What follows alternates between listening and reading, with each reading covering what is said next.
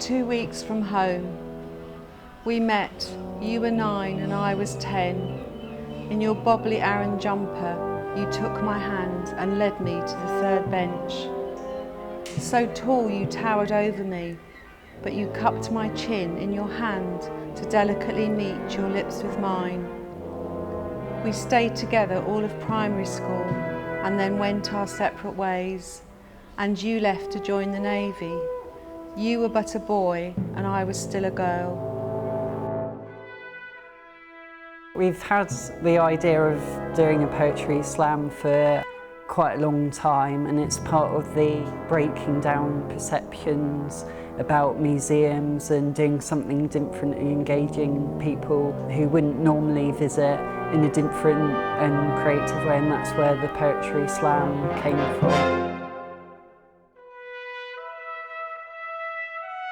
It was really difficult to decide who would get the highest scores. It was a really tough decision, and it was a good job that we had Dr. Estes on it from Portsmouth University to give us that academic clout, really, the background, because she knew what she was talking about. Seeing this as the first one, it only can get bigger. It went really well, and I think everybody enjoyed it, and it was a very, really nice way to get local people involved in what the HMS Hear My Story is all about. We met again in our platform shoes and fell in love. That same hand that cut my chin guided me to the lamppost, where underneath a radiant beam we shared a long and passionate kiss. And that was it. We weren't to be parted, or at least not for a while. And in our Easter wedding, the sun shone and the blossom danced, and we were one. Our little flat across the water, our first home.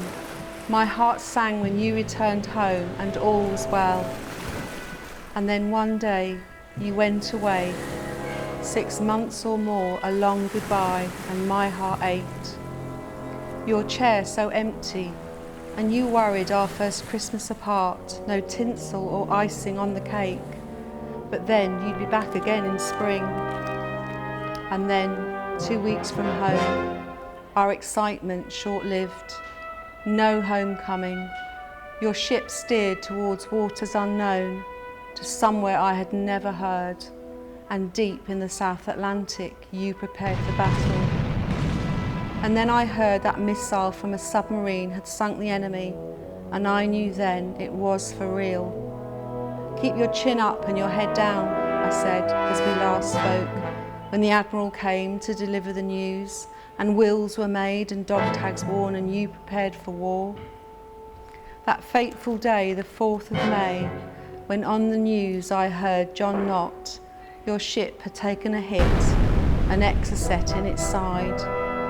And the Padre came, and the visitors came, and the phone rang, and the people cried, "Missing in action," they said, and 2 days or more passed by, and you were gone, and the silence was shattering, and the ships returned, a triumphant entrance of bunting, laughter, cheers, and the sound of the last post echoed in my ears.